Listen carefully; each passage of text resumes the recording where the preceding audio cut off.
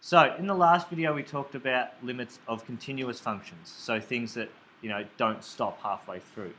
In this chapter we're going to talk about functions that might have a point where it changes. Alright, so it might be a point like that where it's actually an open circle, which you can't really tell it's an open circle, or it might be a graph like this where it changes drastically. Right? So they're discontinuous, rational, or hybrids. Okay, so how do the limits we talked about change in this circumstance? So if we're looking at this one, right, what if I said this was 4 and this was 2? So as x approaches 2, what's going to happen to my limit? It's going to approach 4, but it will actually not reach 4 because this function cannot be 4. Okay, and does it matter which direction I come from? No, it's still going to approach 4. If I said the same thing here, if this was 4 and this was 2, as x approaches 2, what is y going to approach? 4. So that doesn't change anything there, does it? However, if my graph looks something like this, right?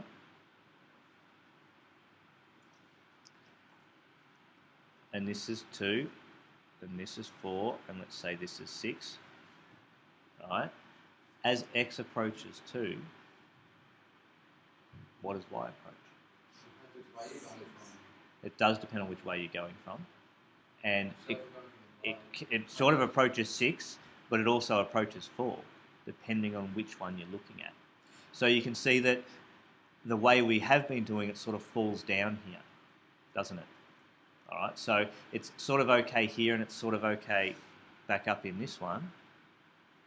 But when you've got a function like this, a hybrid function like this, it doesn't work. You need to do something a bit different. Alright, so that's what we're going to talk about in this video. So to help this make sense, we're actually going to do question 4 from start to finish.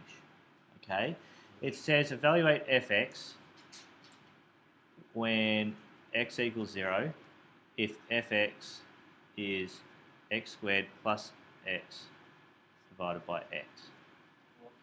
Okay, so evaluate that. So how do I evaluate fx when x is 0? What do? I just substitute 0 in. So f0 equals 0 squared plus 0 divided by 0. What's that?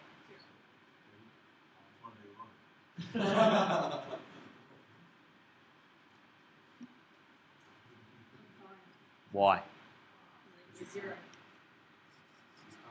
You cannot divide by 0, so it's undefined. Okay, so for what value, if I drew this as a graph, what value would this equation, this graph, be discontinuous? So what value can't x be? So discontinuous at x equals 0. Okay, you can't actually be x equals 0. But we can still approach x as 0, as long as we never reach it. Okay, so we can't actually be 0, but we can use the limits to say, well, it gets close to this at that point. Okay, so that's what this is all about. So so that was part B. Part C is factorise the numerator, so factorise the top. How do I factorise x squared plus x? Take out common factor of x. So that's x plus 1. Right? Agree with that? Now it says for part D, simplify it. So fx was x squared plus x divided by x. Okay, we factorise the top to x plus 1 over x. If I simplify that, what happens?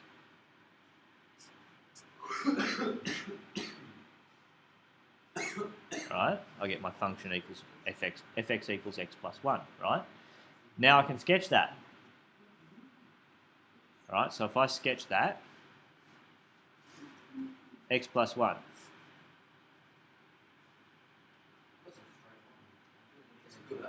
Thank you. Ask me to draw a circle. No. I can't draw circles as well as I can draw straight lines. So that's the graph, right? So now So that's part E. Okay. Part F is to evaluate the limit. Limit of fx as x approaches 0. What is it? Well, how do you know? Okay, because yeah, it approaches at x equals 0, which is here, it's approaching 1. Okay, but we can't do that from the graph. Alright, but if we simplify it, factorise it, and then apply the limit to it, we can say, well, it's approaching 1. We know it will never reach 1. Okay, because it can't. According to our original graph, we cannot ever reach it, but we will approach it. All right, that's what this whole limit stuff is about. Okay, to finish off this exercise, we're going to do question 7, and then we're going to follow through with question 8 for that. Okay, so if we start 7a, it asks us to draw the function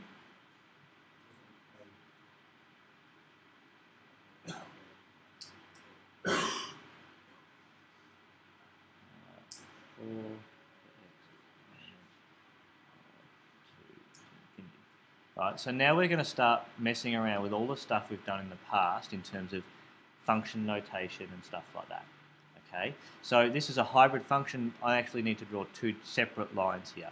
I've got a line x plus 3 between negative infinity and 2, not inclusive, and then I've got an y equals 4 for 2 to infinity, including 2. Okay, so I'm going to sketch that from negative infinity to 2. X plus 3. So where is that going to be? So we're going to cross at 3. By the time we get over here, we're going to be at 5.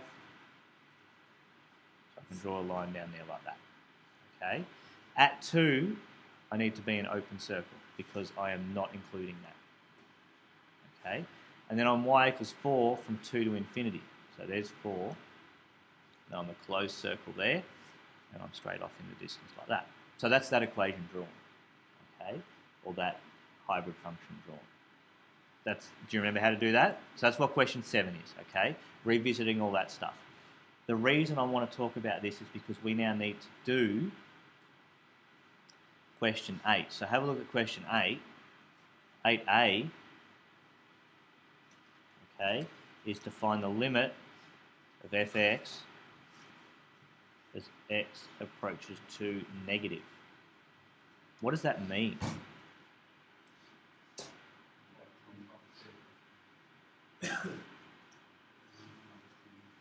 So limit of fx as x approaches to negative. Coming in from the negative. Okay, coming in from the negative. So what does this line approach as I approach 2 from the negative side? It approaches 5. Sorry. All right, it approaches 5, doesn't it? So part 2, that's I. Part 2 says the limit of f(x) as x approaches to positive. What's that? It's going to be 4, isn't it? Okay, if you come in from the positive side, 4. Part 3 asks us to find the limit of fx as x approaches 2.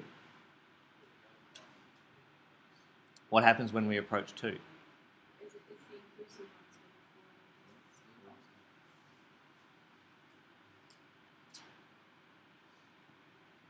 Right, does not exist.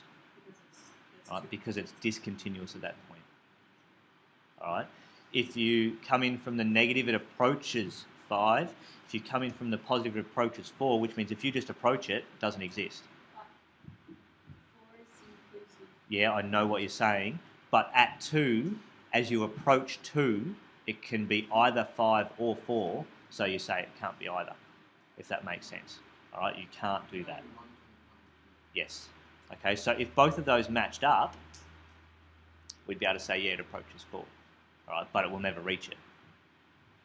Okay, well, it will in this case. But because they are different, the actual limit does not exist. Okay?